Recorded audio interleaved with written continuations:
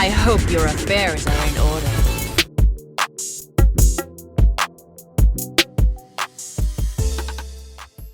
Hey there all, it's Creatively Anzi of MelaninGamers. Gaming is an amazing medium for storytelling. In recent years, we are seeing more representation and awareness in video games. It's becoming increasingly common to portray characters of racial diversity. We put out a poll in the MelaninGamers Discord to see who the top 10 black characters are in game. The only condition for this list are that they have a memorable story and no stereotypes. Some of these characters have helped develop the gaming scene, and others have had a massive impact on us as people and as gamers. Although video games can produce many throwaway characters, these picks certainly stuck with us. Just remember, this is our opinion from our gaming journey. If you have some characters for your top 10, then please let us know in the comments below. Anyway, here's our top picks for black characters in gaming.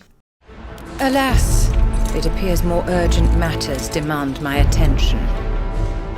Hold tight, Nessa from Pokemon Sword and Shield. Yeah. Also, slight shout out to B. We see you, girl. Since Brock, I can't remember the last time Pokemon had such a well-developed character for the culture. Nessa is a water-type gym leader in the Gala region, so Misty, you best watch your back. In the game, she appears more than once in your adventure to help you and give guidance like a good gym leader should. She's also besties with your Professor character in Sword and Shield and often talks about their times on the come up. We look forward to seeing more from Nessa when Ash finally reaches her gym in the latest series of Pokemon. Yeah, that was beautiful, baby. State your name, soldier. Private Augustus Cole, Alpha Squad, sir. Coal? As in the coal train? Yeah, that's right. A lot of Cole's enthusiasm comes from his early days as a pro thrashball player. His strong moral compass led him to step down from being a millionaire to a foot soldier. Having joined up in the war against the Locust Horde, Cole brings his energy to almost every aspect of his character. From the way he bounces back and forth from his squad mates, to his interactions with his best friend and squaddie, Barrett. Even though he's been fighting the Locust Horde for many years, Cole remains unshakable and humble.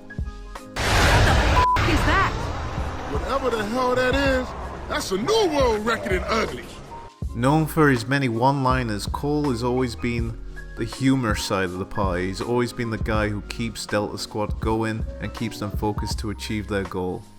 Despite all of the turbulence around him and the world in chaos, Cole never forgets his roots, taking every moment to be humble to those who followed him in the past, and taking every opportunity to rejoin Delta Squad. He even still writes letters to his deceased mother. What's this then? Can I help you, sir? Yo, swagger level alert. Dudley from Street Fighter just rolled in with the lime green suit and jeez! Who do you know that can rock a handlebar moustache and a bow tie? Absolutely no one. But I dare you to try tell Dudley that. Always the gentleman of the ring, Dudley grew up in English high society. After his family lost their wealth, he took it as an opportunity to pursue his passion in fighting, which was always frowned upon. Dudley ends up becoming a boxing world champion and regaining his family's wealth. But he didn't stop there. He continued to enter tournaments while in search for his late father's lost prize car, cause you know, rich people. It was during this time Dudley grew more snobbish and confrontational, as he was stressed looking for this car that was jacked by the Illuminati, which he does eventually get back, which resulted in him adopting a more chilled attitude as he takes a page out of Ryu's book and travels across the world refining his fighting style. Now we can't talk about Dudley without talking about Balrog, an OG Street Fighter boxer that almost made this list, and the guy Dudley loves to hate. Like two sides of the same coin, Dudley hates Balrog as he believes that he stands against everything that he represents and disrespects the sport that he loves. Dudley has been known to refer to Balrog as nothing but a ruffian with gloves, and has more than a few choice words for him when you select them to fight against each other. The message just repeats. Regret, regret, regret. Catchy. Any idea what it means? Dear humanity, we regret being alien bastards. We regret coming to Earth. And we most definitely regret the Corps just blew up our raggedy-ass fleet. Hoorah! Johnson is a sergeant in the UNSC. He features primarily in the original Halo trilogy. Throughout the game, Johnson accompanies many characters, and quite often he accompanies Master Chief throughout his journeys, often delivering one-liners and jokes that have cemented him into gaming culture. Works in mysterious ways, but not today. This here is 66 tons of straight up HE spewing divine intervention. If God is love, then you can call me Cupid. Johnson is a non-stop machine for one-liners and glorious comebacks. Bungie put so much effort into his voice lines that they actually change depending on what difficulty you choose. So to sum up Johnson, he's a badass, he smokes cigars, and he's invincible.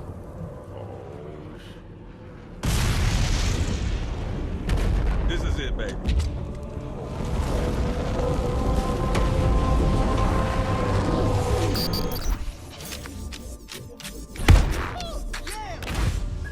Lucio reminds me of Skates from Streets of Rage.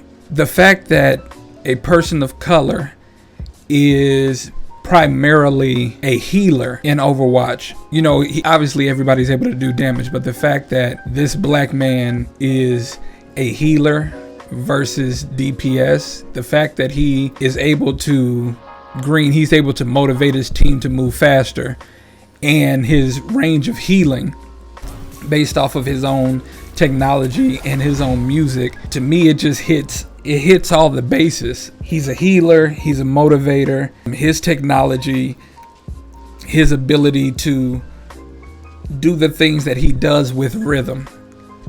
In order to play Lucio, you have to feel the music, not like his music, but the music of his abilities. You know what I'm saying? Especially when you're on the map Ilios.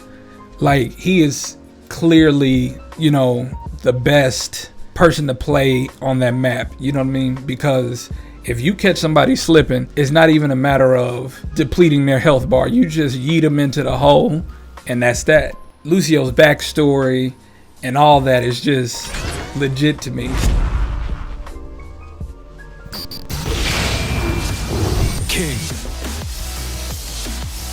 Okay, so now we're gonna talk about a true OG in the game.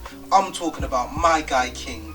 Jeez, what you know about Jaguars? What you know about PS1? What you know about suplexing Law into the dirt like a bad man? You know nothing, Jon Snow. But anyway, King's story has continued throughout the years in each Tekken game. From humble beginnings as the baddest orphan on road in the lands of Mexico, after he bit off more than he could chew and almost losing his life, he decided to change his ways and become a priest and built an orphanage. Soon after, the orphanage hit rough times and it was up to Nacho to don a luchador mask and enter the ring. Wait, hold up. I thought I heard this story before. It's cool, don't watch. King did it first. Google it. After a few Iron Fist tournaments, King eventually loses his life at the hands of Ogre. But all was not lost, as one of his students from his now orphanage / luchador dojo, because you gotta diversify that business plan, G. He picks up the mantle and becomes King too, ensuring that the King of Iron Fist tournament is never short a king and the orphanage survives another generation.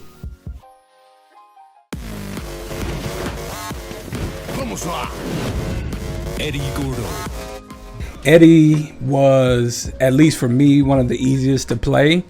His fighting style and his abilities in the game made him a natural force to be reckoned with in Tekken. He was, at least for me and most of the people I played with, he was basically at the top.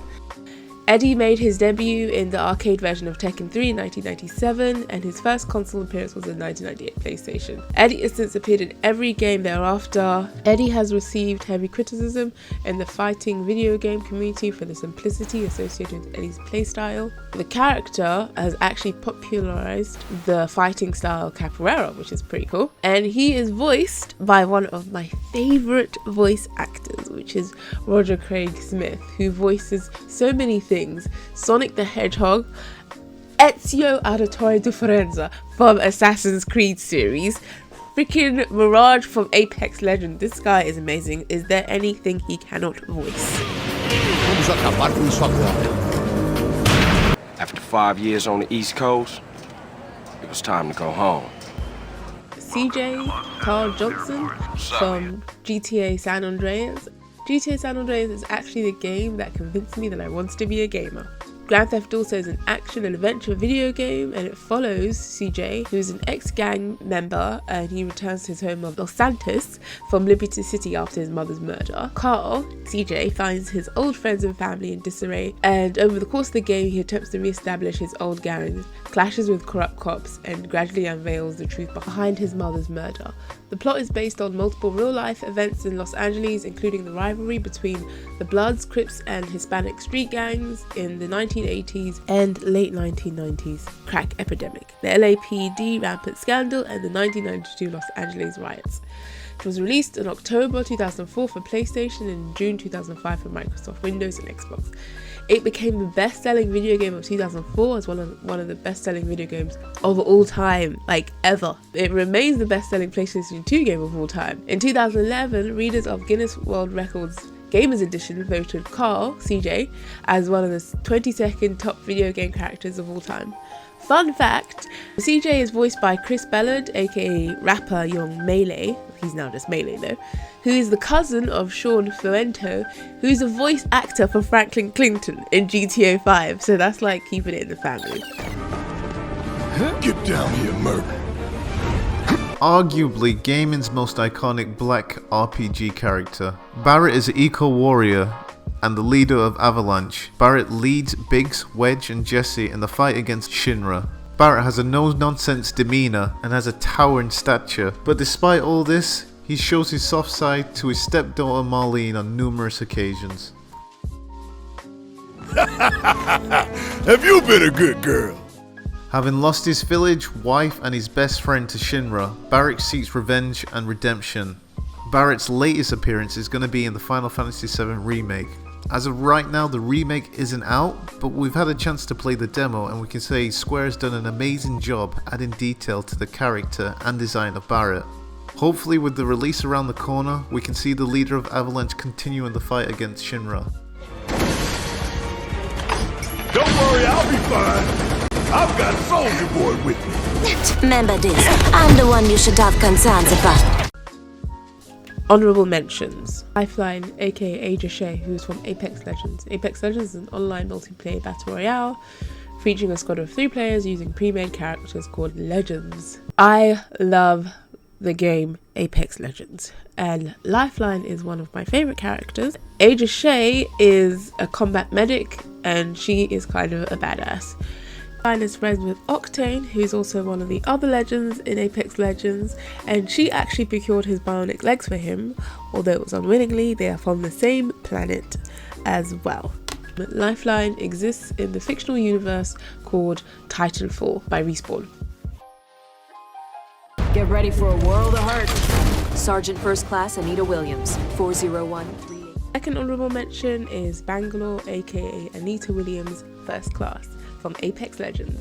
Bangalore is an amazing character. She is a professional soldier in Apex Legends, and she's voiced by the actress Erica Luttrell, and she is a perfect cast for Bangalore. They could have gotten that completely and utterly wrong. The idea of Bangalore's character could have gone south so fast because she is a soldier, and as a black woman, and she has a fade. Bangalore can be a very aggressive character in that she's a soldier, the way you play her. So her voice acting could have been diabolical, but it isn't. She's calm, she's collected, and she actually has a very beautiful voice, and she's exceptionally knowledgeable with all the things on the map. And I just think that they actually hit the nail right on the head with that voice actress. She also has voiced a character in Dishonored 2, and I just think Bangalore is pitch perfect and is probably one of my favourite characters now in Apex Legends. I main her just because of that. I use heavy artillery.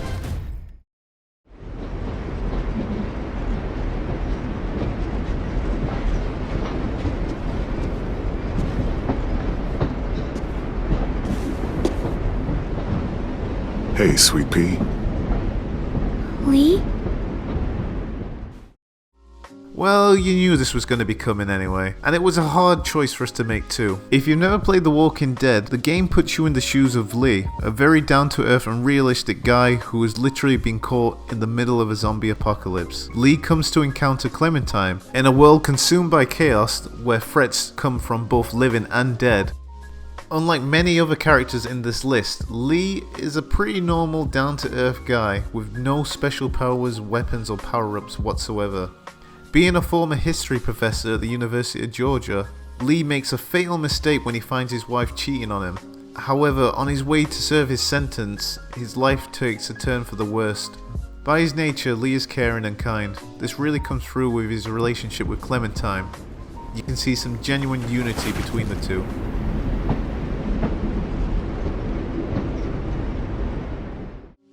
There you have it, our top 10 black characters with a few honourable mentions thrown in, but there are so many other iconic characters, there was too many to choose from. It was certainly a hard pick for all of us. What do you think? Would you change something? If you think we left some characters out that are worth mentioning, please let us know in the comments, and check out our links for MG goodness. We'll see you all shortly. Bye for now. You're done.